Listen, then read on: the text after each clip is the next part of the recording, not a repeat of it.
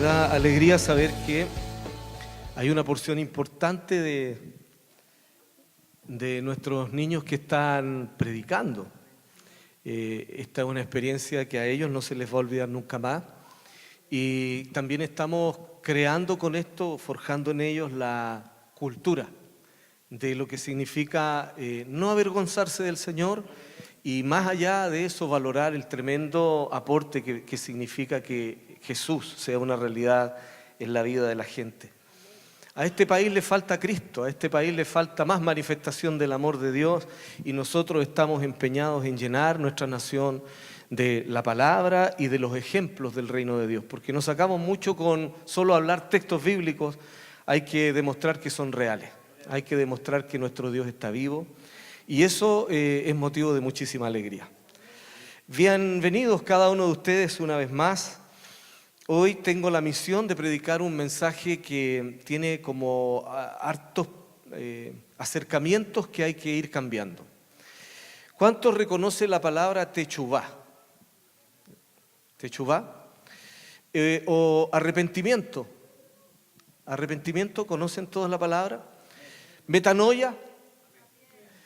Ok, esta es una temporada, bíblicamente hablando, en que hace unos días atrás ya partió una cuenta que tiene que ver con 40 días, que terminan el día 18, del 18 para el 19, es el Yom Kippur.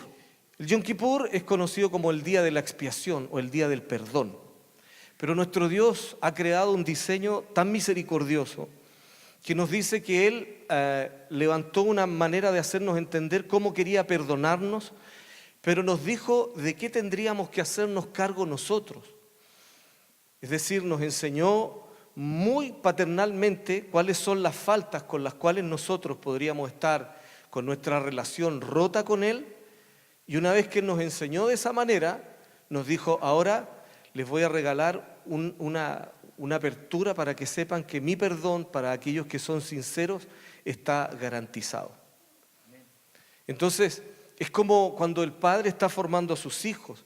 Si nosotros somos papás y entendemos que nuestros hijos se van a equivocar un montón, muchos de esos errores van a ser, la mayoría de ellos van a ser inconscientes, pero en la medida que ellos vayan creciendo se van a ir haciendo cada vez más conscientes de lo que no está bien y de lo que está mal o lo que está bien, de acuerdo al criterio que forme ese papá y esa mamá en la familia. Cuando nuestro Dios nos dice que se acerca una temporada de reflexión, como 40 días de techuvá, que en hebreo significa arrepentimiento, o en griego, la palabra que conocemos en griego es metanoia, que habla de un cambio de mente, un cambio de mentalidad.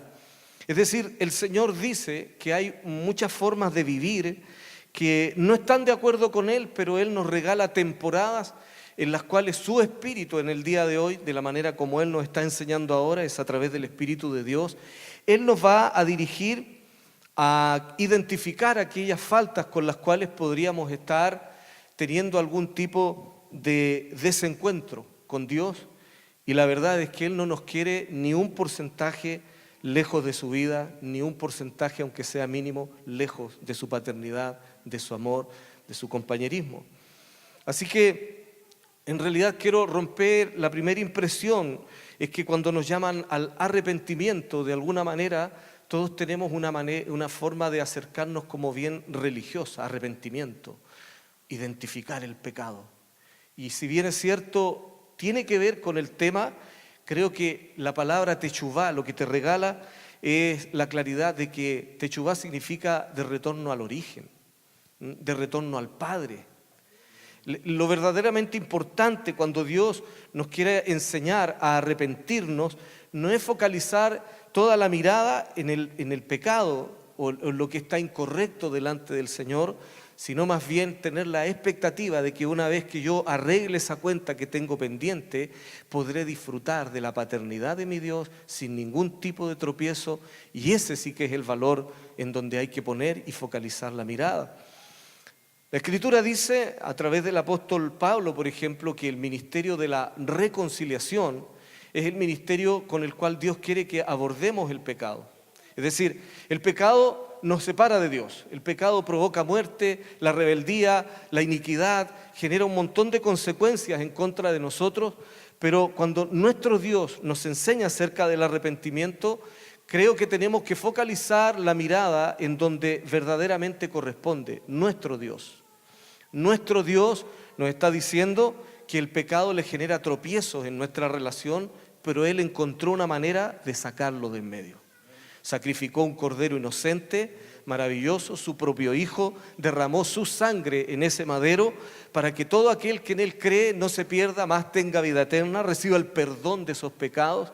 Y muy a menudo será el Espíritu del Señor el que nos va a regalar temporadas donde nosotros hagamos reflexión, donde nosotros cuestionemos cómo estamos realmente delante del Señor. No, este es un punto súper importante, no es como yo solo me sienta delante del Señor, sino verdaderamente cómo es que Dios se siente con la relación que yo le estoy planteando a Él. Así que esta es una temporada para mejorar, ¿no? Cuando hablo del ministerio de la reconciliación, del cual el apóstol Pablo decía tener como apóstol, habla de que la condenación no pertenece al verdadero llamamiento que debería salir de nuestros labios. Si bien es cierto, tenemos que denunciar el pecado, estamos en contra, pero la verdad es que en Cristo tenemos reconciliación con nuestro Dios. Él vino a reconciliar todas las cosas, a las personas, vino a reconciliar incluso la creación misma. Está sujeta a esa reconciliación, porque el pecado no solo afectó al hombre, afectó a la creación entera. Y entonces en una jornada pedagógica, como le decimos nosotros, como esta, en estos 40 días que ya partimos, vamos a pedirle al Espíritu del Señor que nos diga cómo y de qué tendríamos que arrepentirnos. Eso no lo puede inventar usted ni yo. Tenemos que esperar que sea el Señor el que nos regale estas convicciones. Y en esta temporada entonces, para mejorar, quiero partir diciendo que Techuvá significa arrepentimiento en hebreo, pero tiene un llamamiento más bien de reconciliación y no de condenación. No andamos cazando brujas, no andamos cazando pecadores, no andamos cazando rebeldes e inicuos, ¿ah? Porque esa figura tan medieval, esa figura tan de la Edad Media le ha hecho mucho daño a la iglesia. Le ha hecho mucho daño porque salimos a condenar gente. Hay gente apasionadamente a veces predicando, pero por no tener la claridad de que la reconciliación es el llamamiento de Dios, sin querer vamos condenando personas, amarrándolas, haciéndolos sentir pecadores. No va a haber perdón para ustedes. Perdón, si hay.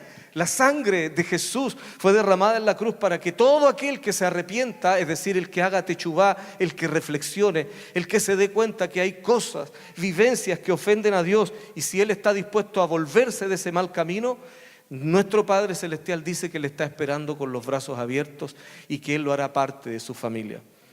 Así que la primera pregunta que me hice en este año, porque llevamos alrededor de 5 años, viviendo las fiestas bíblicas o las convocatorias bíblicas, yo decía, ¿cómo lo abordo para hacer que esta temporada no sea nuevamente un rito donde volvemos a decir la definición de Techuvá y hablamos del Yom Kippur y el Día del Perdón, pero ¿cómo lo hago para que pase la línea de ser más allá de un buen rito, una buena costumbre? Sino que entendí en este año que quiero abordar que la reflexión o el arrepentimiento requiere de un punto de referencia. Eso es en realidad súper necesario, porque me arrepiento, pero ¿en función de qué? Me arrepiento o le pido perdón al Señor, ¿y cuál es el punto de comparación que tengo para discernir si estoy en lo correcto o estoy en lo incorrecto? Y quiero partir con una conversación extraña que en algún momento determinado dejó planteado un tema filosófico, si se quiere decir, de alguna forma.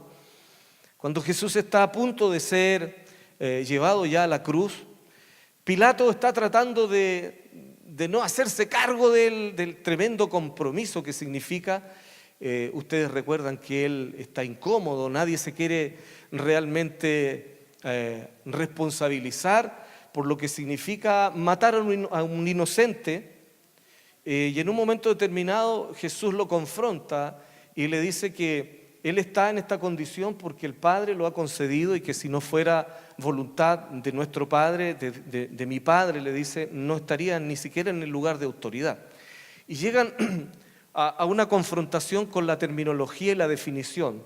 En el capítulo 18, verso 38 del Evangelio de Juan, Pilato le dice al Señor, esta pregunta le dice Pilato, ¿qué es la verdad?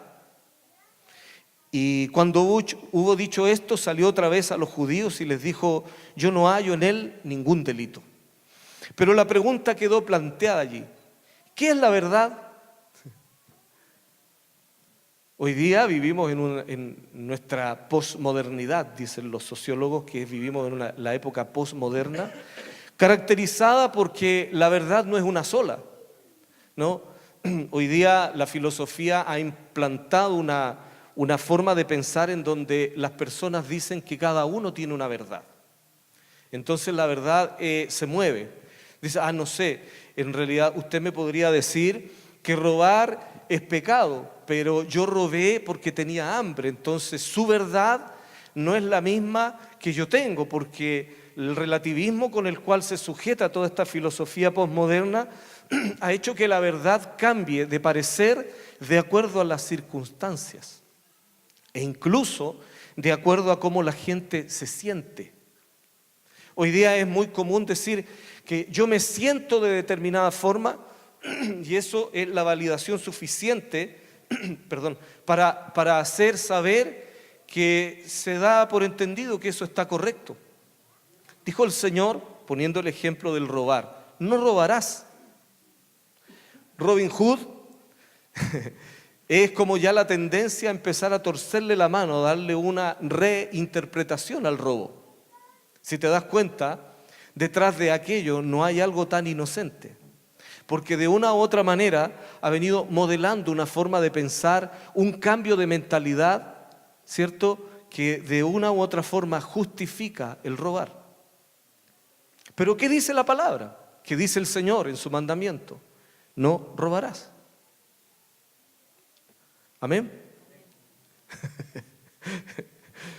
Bueno, ahí quedó planteada una controversia que se iba a quedar por las edades y hoy día está repercutiendo. Esta pregunta que hace Pilato al Señor nos está confrontando a nosotros en el día de hoy muy directamente. Bueno, ¿y qué es la verdad? Entonces hay distintas definiciones. Para el hombre, si tú buscas la definición de verdad en un diccionario común y corriente, te vas a encontrar con las siguientes definiciones, que es la adecuación entre una proposición y el estado de cosas al que refiere el conocimiento científico. Se puede someter a pruebas esa verdad, es decir, lo contrario a ello sería falso, si no se puede comprobar científicamente. Hay otra definición que dice que es la conformidad entre los sentimientos y pensamientos de una persona y cómo lo expresa.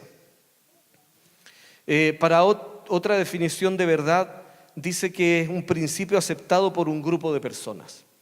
Pero sigue siendo una terminología que sale solo del corazón del hombre. Bueno, esto es lo que el hombre ha logrado sintetizar en alguna forma, en alguna medida, acerca de qué piensa que es la verdad. Para algunas personas la verdad es decir cosas con franqueza. Y si bien es cierto, todo eso guarda relación con algo como aquello, es tan profético el Señor que le dio una respuesta antes. Si usted lee después con más calma, Jesús se definió en un momento determinado como la verdad. Dijo Jesús en realidad, en Juan capítulo 14, verso 6, dijo, yo soy el camino, la verdad y la vida. ¿Qué tiene que ver esto con arrepentimiento? Téngame paciencia y llegamos al punto, ¿ya? No se me quede dormido, sí, por favor, porque ahí tendría que partir todo de nuevo. Cuando Jesús dijo y afirmó, dándole una respuesta a Pilatos antes de que le hiciera la pregunta, ya se la había respondido. Y dejó escrito aquí, nos dejó el legado escrito que dice que Jesús se definió como la verdad. Dijo Jesús, yo soy el camino, la verdad y la vida. Nadie viene al Padre sino por mí. Pero definamos lo siguiente: ¿qué es la verdad? ¿Por qué alguien podría afirmar que algo es verdadero? Por ejemplo,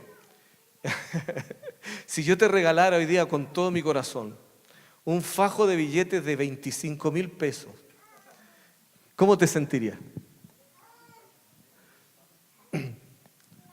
Feliz. No, en realidad no hay de 25, pero te puedo regalar de 21. ¿No? Pero ¿por qué no? Si están con todo mi corazón, están regalados desde toda mi mejor intención para ti. Y yo creo que si te regalo billetes de 21.000 pesos, te podrían servir. Te amo, te amo, yo te quiero bendecir. Recíbelos. ¿Los aceptas? Bueno, como chiste a lo mejor sería simpático, pero no tendrían validez en el sistema del monetario, del circulante monetario. ¿Por qué? Pero ¿por qué es falso? Existen, por si yo los hago de 21, existen. Pero ¿por qué son falsos?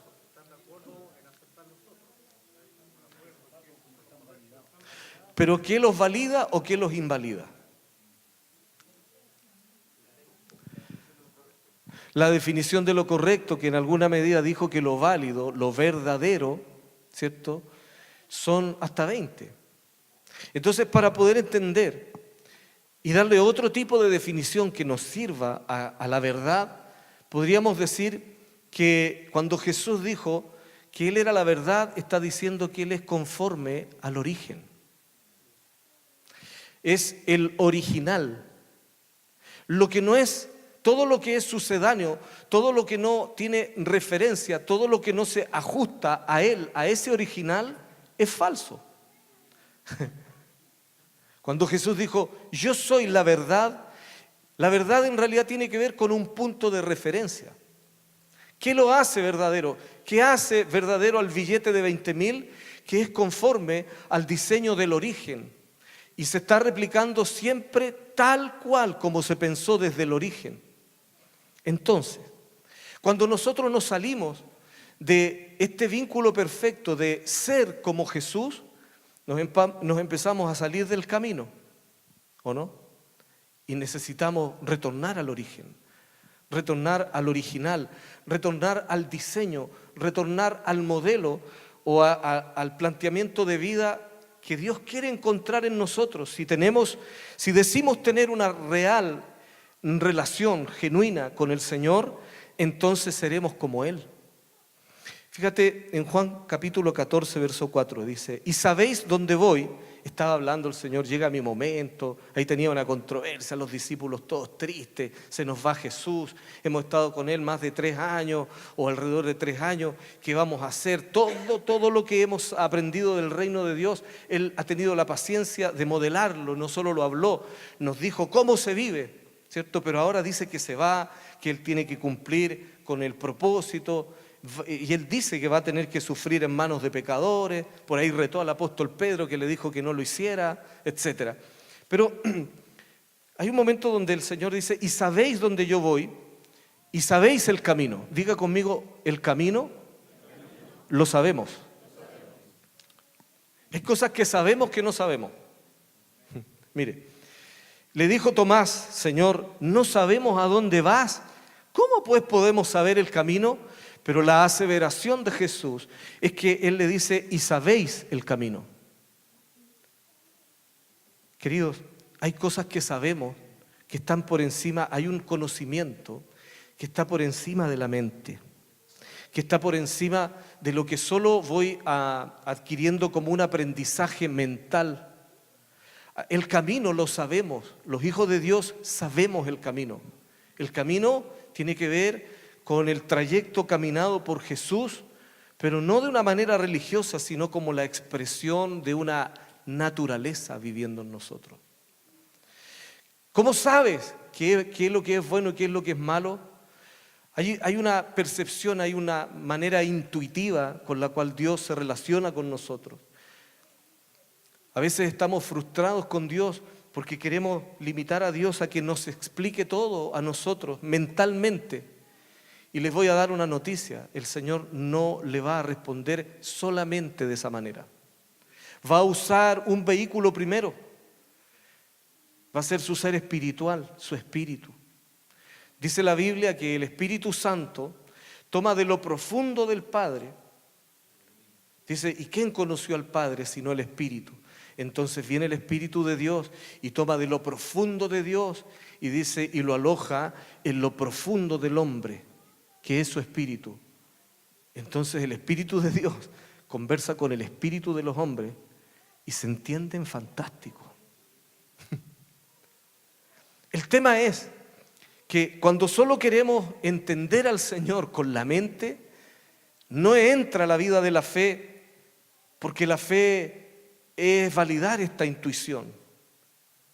Alguien me ha preguntado, ¿cómo usted puede decir que Dios existe? ¿Alguna vez lo ha visto? Nunca lo he visto con mis ojos naturales. Pero por ahí me acuerdo de una pregunta que le hizo un pastor, le hizo esta misma pregunta a un niño que tenía a su mamá embarazada y venía su hermanito en camino. Y el niño le dijo, yo nunca he visto a Dios, usted miente, Dios no existe, porque yo no lo veo. Entonces el pastor aprovechó la circunstancia de su mamá y le dice, pero dentro del vientre de tu mamá, ¿quién está? Mi hermanito. Yo no lo veo, le dijo, no existe. Le dijo, sí existe, yo no lo veo. Le dijo, ¿tú lo ves? No, la verdad es que no lo veo, pero entonces tú me estás diciendo que no existe. Entonces dijo, pero yo sé que está ahí. El pastor le respondió, yo sé que Dios está aquí. Yo sé que Él está con nosotros. Mire, cuando Jesús plantea que Él es la verdad, está diciendo, el diseño original del reino está planteado para que todo el mundo lo vea. Yo soy el punto de referencia.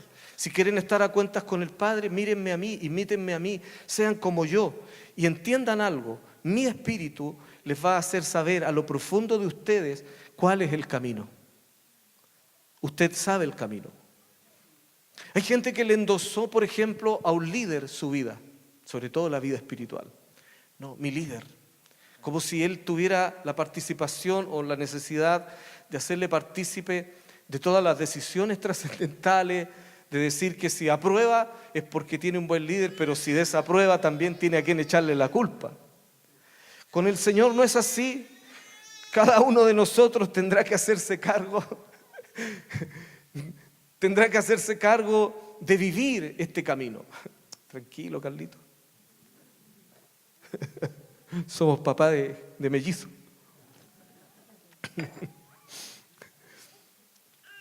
Entonces le dice el Señor, ustedes conocen y saben cuál es el camino. Y aquí va la mente natural de Tomás, queriendo tocar, palpar, porque si él, todo ese existencialismo con el cual él vive, que todo lo valida a través de sus propias percepciones. Si lo puedo tocar, si lo puedo oler, si lo puedo mirar, entonces existe.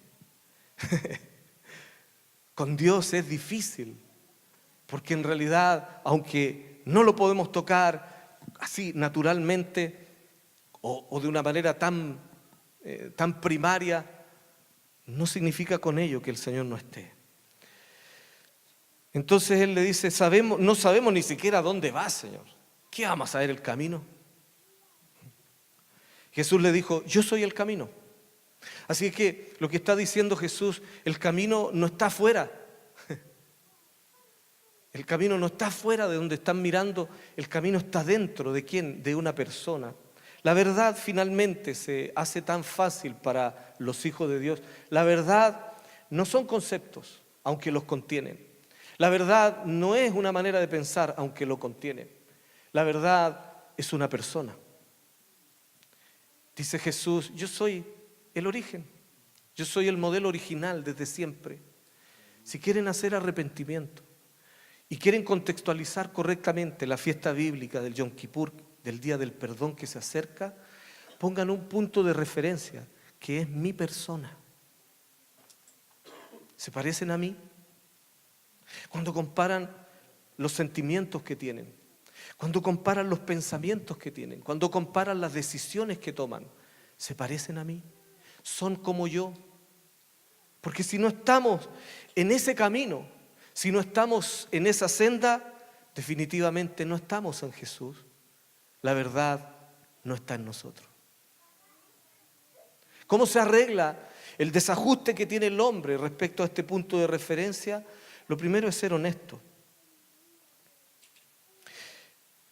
Dice el Señor: si me conocieseis, también conocerían a mi Padre.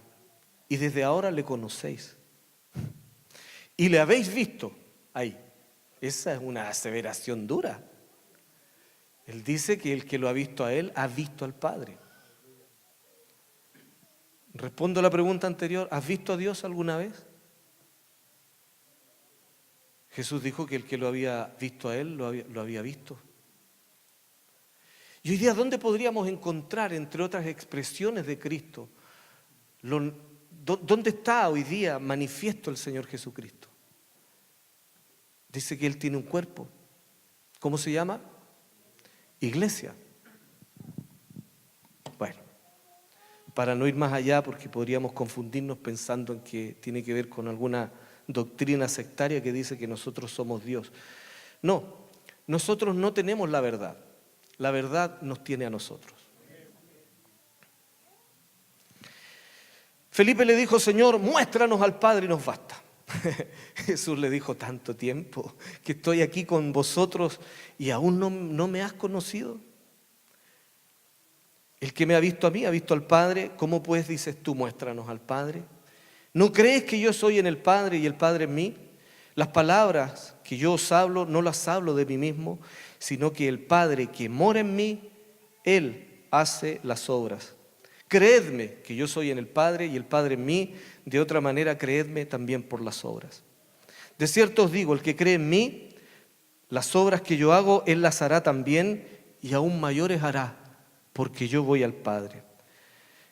Quería quedarme con estos últimos textos para terminar, porque deberíamos, cuando estamos haciendo reflexión, buscando lo que está malo, no es un fin en sí mismo, buscar lo malo.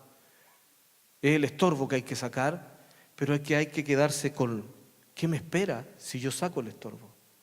Dice Jesús que de cierto os digo, o sea, ahí está subrayado por Él, el que cree en mí, las obras que yo hago, Él las hará también, y mayores que éstas hará, porque yo voy al Padre. ¿Cuáles son las obras de Jesús?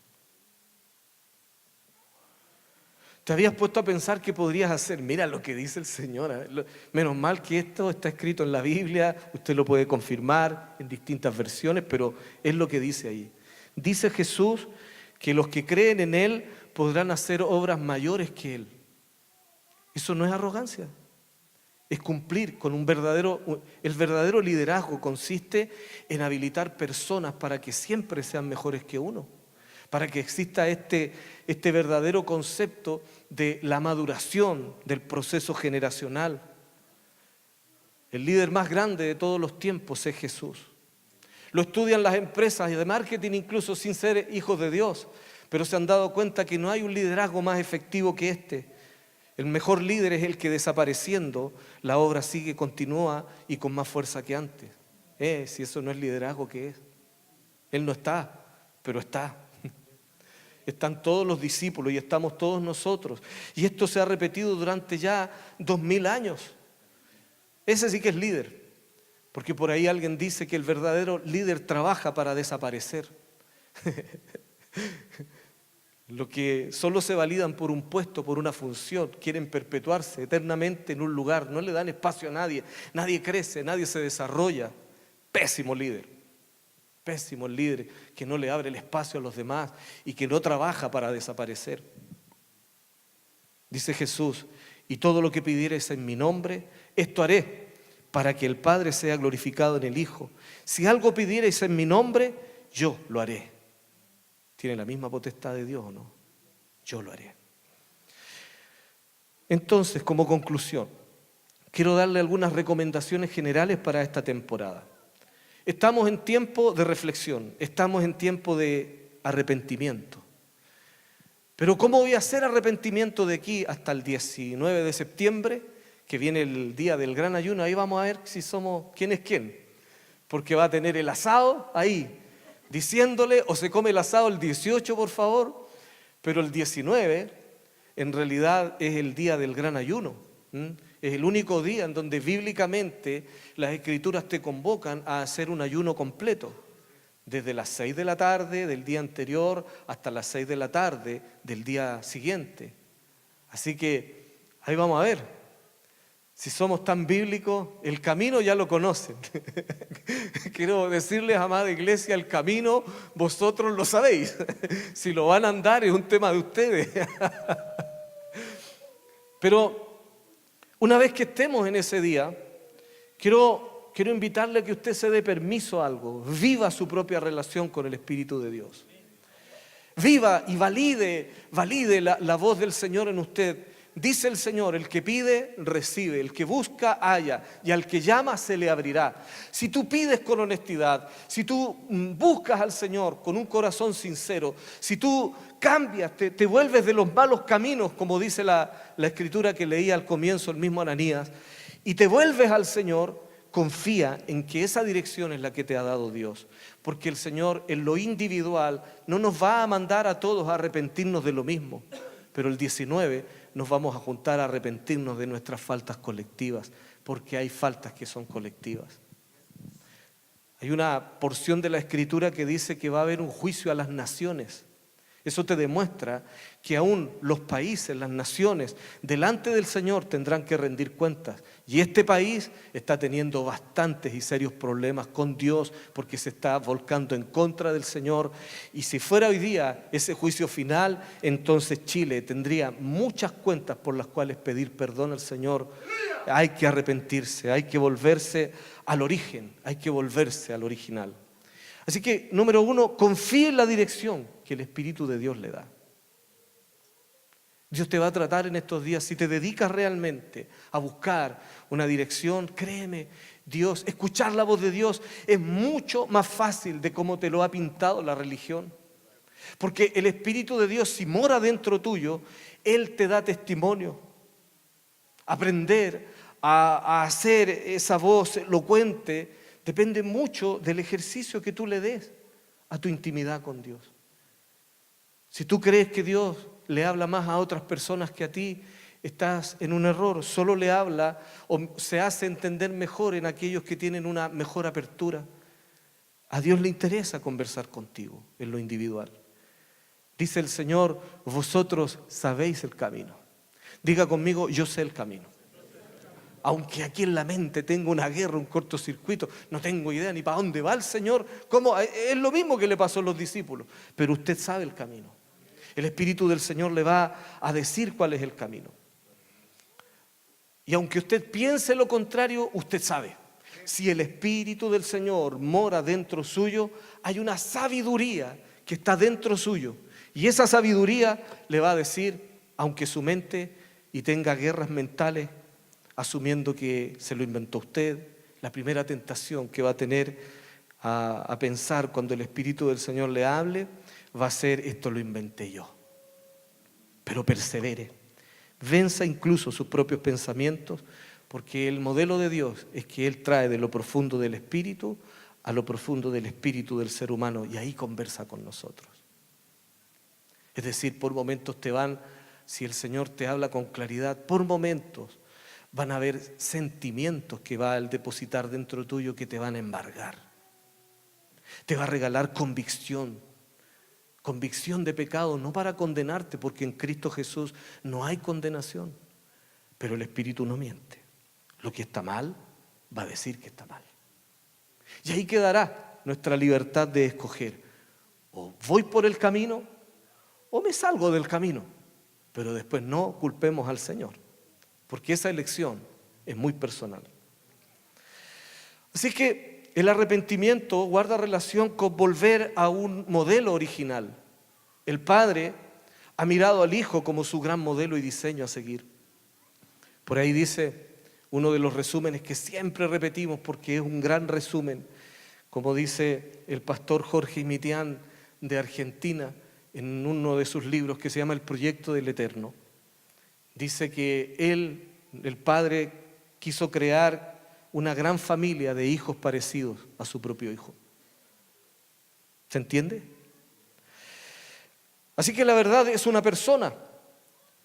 Y por favor ponga los cambios en práctica apenas le hable el Señor.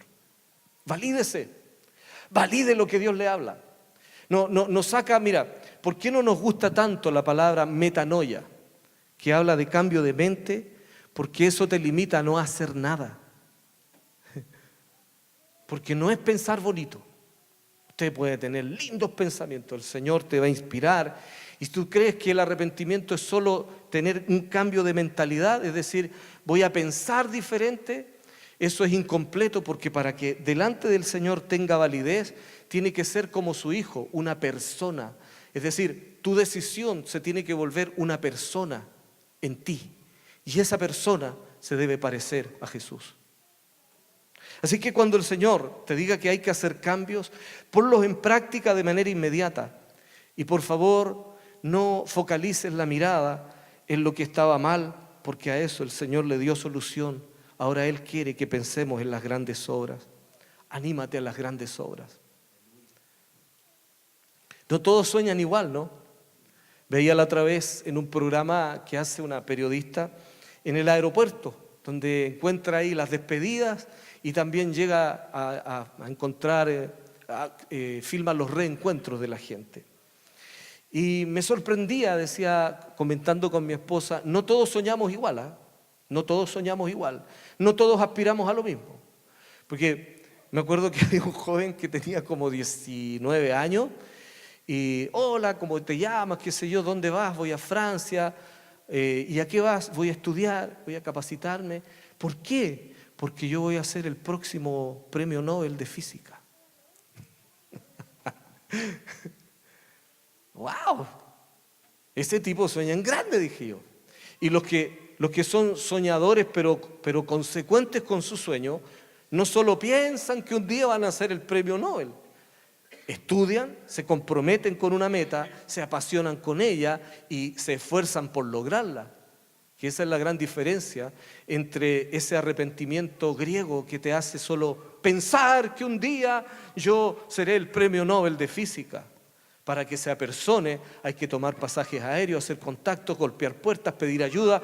Tengo una meta, persigo una pasión y tengo ese compromiso con la meta. ¿Se dan cuenta? Anímese a las grandes obras, porque quiero decirle que Dios no piensa en pequeño.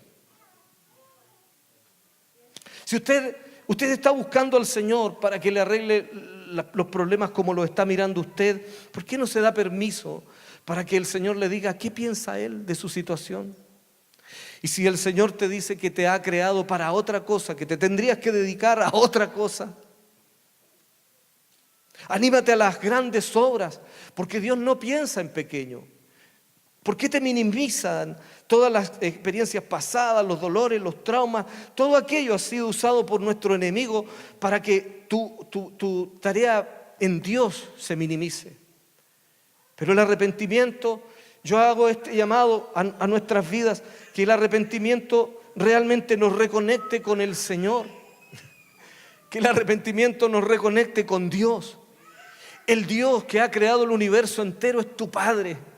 Te recogió no solo para hacerte un allegado en su casa, te regaló su naturaleza, su Espíritu está morando dentro de ti. Cuando el Espíritu de Dios te habla los pensamientos del Dios que creó todas las cosas. Él tiene mejores diseños, Él tiene mejores ideas. Anímate a las grandes obras, haz algo grande, dedícate a hacer algo grande desde la óptica de Él. Porque hay cosas que a nosotros nos parecen grandes y que a la mirada o la óptica de Dios no significan nada.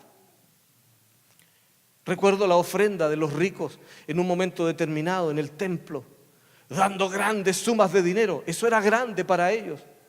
Pero el Señor observando, porque quiero decir que Jesús está en el momento de la ofrenda.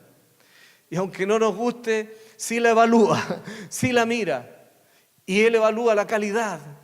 Dijo, frente a todas esas grandes sumas de dinero, viendo a esa mujer viuda pobre, dijo, esta es la que dio más que todos los demás, porque la cuantificación no tenía que ver con billetes y monedas, tenía que ver con la actitud del corazón, porque lo que ella había dado era todo. Esa es una grande obra. En las manos del Señor puede multiplicarse para hacer grandes tareas. Algo grande es reconciliar al Señor con esa persona que le hablaste. Eso es grande. Una de las pocas veces en donde la Biblia dice que el cielo se alegra es cuando un pecador se arrepiente. ¿Te das cuenta? Jesús no salió a enrostrar pecadores, pecadores, pecadores, sino a llamarlos al arrepentimiento, a decirles, hay una mejor manera de vivir. Mira mi ser, mira mi persona, imítame, sé como yo, camina esta senda. Y por último, como leíamos el texto, dice, si pidieres en mi nombre, yo lo haré para la gloria del Padre. Entonces cuando pida con la intención de glorificar a Dios, no el ego. Señor, reivindícame. Eso es muy fuerte, muy yoísta. Pero si pedimos, Señor, si tú me enseñas, si tú me pones en la senda donde tú me soñaste. Me recuerdo, querido, me recuerdo a William el año pasado, hace un año. Estábamos en una circunstancia como esta y él se animó a darse permiso en Dios. Señor, ¿será que tú quieres que yo esté en otra cosa? ¿Será que realmente lo que dice tu palabra y lo que dicen estas personas podría afectarme? Y en cuestión de 2 semanas, después de haber hecho de haber tenido una conversación tan sencilla, tan profunda como esa, Dios le cambió la vida en 2 semanas. Porque obviamente tú tienes que ser el arquitecto que diseñe nuestra casa que viene en el camino. Porque hoy día está estudiando. Hasta antes de esas 2 semanas, el Señor esperaba. Anímate a las grandes obras. Dile al que está al lado tuyo, anímate a las grandes obras.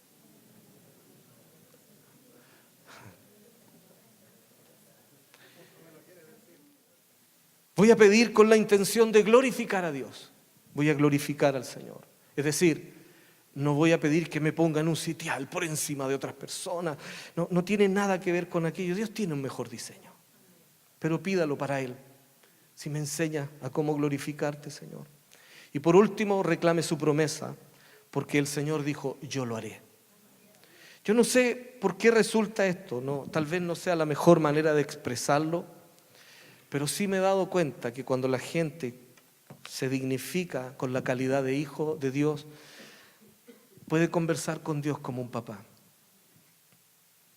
Y yo tengo 2 hijos y ellos, cuando yo les he prometido algo, especialmente cuando eran más niños, era ineludiblemente mi responsabilidad. Tú lo dijiste, tú lo dijiste, tú lo dijiste, tú lo dijiste.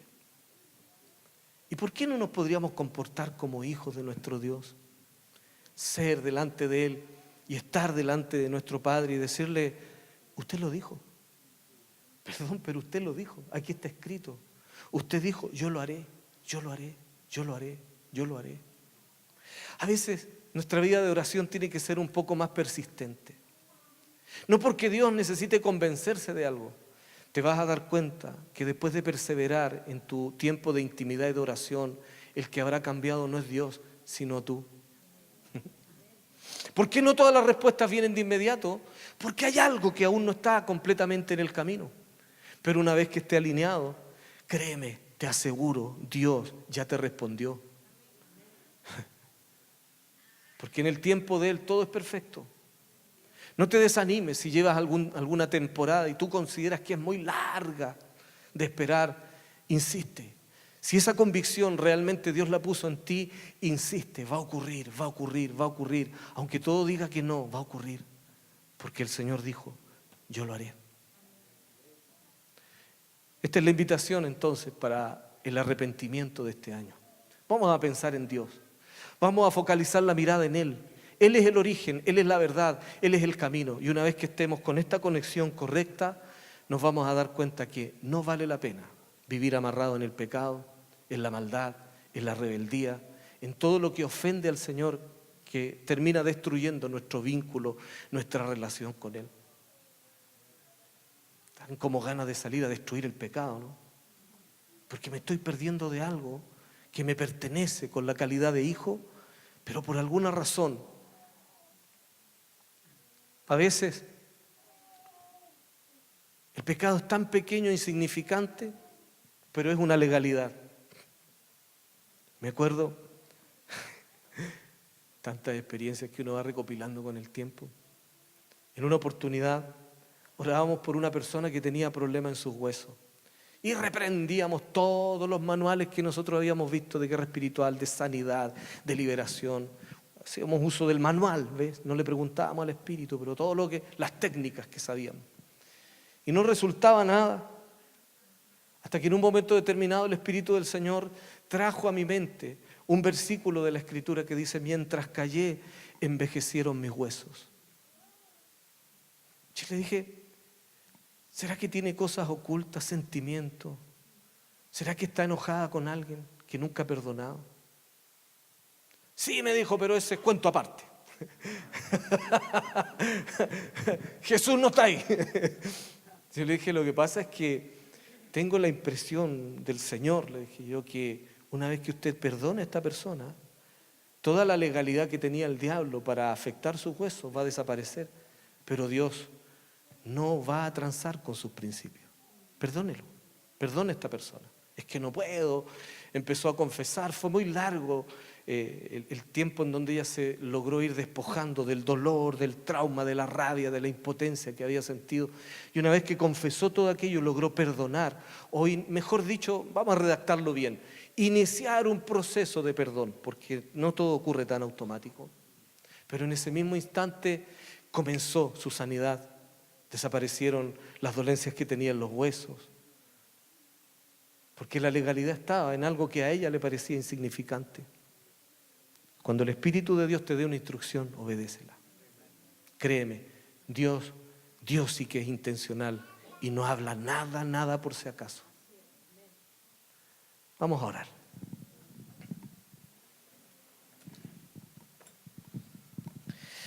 Padre Celestial, nos estamos acercando a una temporada de reflexión. De hecho, ya estamos insertos en ella. Y yo pido que tu Espíritu nos asista, así como está escrito y prometido en tu palabra, que Él nos guiará a toda verdad, a toda justicia. Oro para que tu Espíritu, Señor, traiga a nuestras vidas en estos días pensamientos concretos, Señor, sueños. La manera en cómo usted escoja hablarnos es soberana, le pertenece a usted. Pero yo sé, Señor, que tú quieres animarnos a las grandes obras. Yo sé que tú quieres sacarnos de la cautividad donde hemos estado, Señor. Hay personas que, todos tus hijos están llenos de potencial, Señor. Pero hay tantas promesas truncas, porque no logramos, Señor, salir de las limitaciones con las cuales a veces son pequeñeces, Señor. Te pido que sensibilices nuestra vida para escucharte, para mirar tu acción, para verte y para poner el punto de referencia que es usted, Yeshua, el Mesías, Jesús, el Señor. Y cuando lo veamos ahí en esa persona, se nos facilite la manera, la forma en cómo imitarte y ser gratos a ti, Padre. Yo pido grandes obras para mis hermanos. Pido que se activen las grandes obras para las cuales tú les diseñaste, Señor, para que el sueño que tú tuviste desde antes de fundar el mundo se venga a conectar hoy, ahora en sus vidas, Señor. Y si es necesario, cámbianos la vida dramáticamente en el nombre de tu Hijo, pero que sea hecha tu voluntad, que por cierto contempla la plenitud, aunque por momentos tengamos que llorar. Creo que la felicidad que tú nos planteas es más profunda y mucho mejor que un estado de ánimo.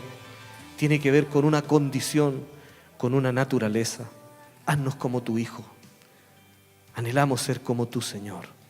Y oramos al Padre, como dice tu palabra, y te pedimos todos estos sueños grandes que están en el corazón del Padre para que se depositen abiertos ya en cada uno de nosotros. Nos podemos comprometer a obedecer, Señor.